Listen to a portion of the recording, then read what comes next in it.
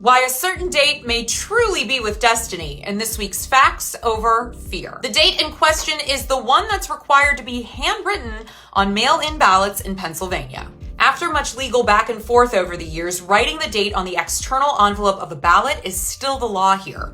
No date, and that ballot gets tossed, even if it's received by the deadline. However, there's a new effort to throw out that law instead of the ballot. A group of grassroots organizations has filed a lawsuit against Al Schmid, who is the Secretary of the Commonwealth and election officials in Philadelphia and Allegheny counties. Those are the two biggest counties in Pennsylvania. The goal is to get rid of that handwritten date requirement to make it easier to vote instead of difficult or tedious. The lawsuit was filed in Commonwealth Court and includes affidavits from several voters whose ballots were rejected because of the signature requirement. The executive director of Pennsylvania's ACLU says the requirement has already disenfranchised tens of thousands of voters in recent elections and points to the high stakes in the 2024 election, saying counties must do everything that they can to make sure that every vote gets counted.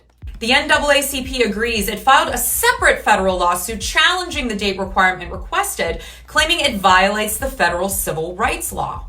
And I agree too. You've heard me say this many times before. Voting is a right, not a privilege, and no one should be disenfranchised from that right. And that, my friends, is a fact.